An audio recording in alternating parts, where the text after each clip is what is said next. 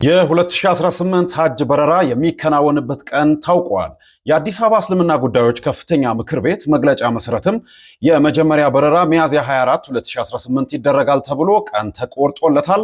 ግንቦት 13 2018 ደግሞ ወደ ሳውዲ የሚደረግ በረራ የመጨረሻ ቀን ይሆናል ተብሏል። መመለሻ ጊዜን በተመለከተም ከግንቦት 25 ጀምሮ እስከ ሰኔ 8 2018 እንደሚሆን ተገልጿል።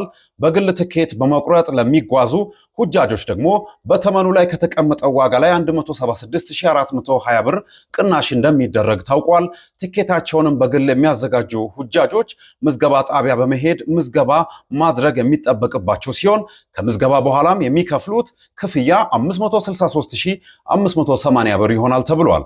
ከፍተኛ ምክር ቤቱን በግል ትኬት የሚጓዙ ሁጃጆች በተጠቀሱት ቀናት ውስጥ ትኬታቸውን እንዲያዘጋጁ እንዲሁም የተቀመጡ የሕክምና ማስረጃ ሰነዶችን ማሟላት እንደሚጠበቅባቸው ገልጸዋል። መረጃው የሚንበር ቲቪ ነው።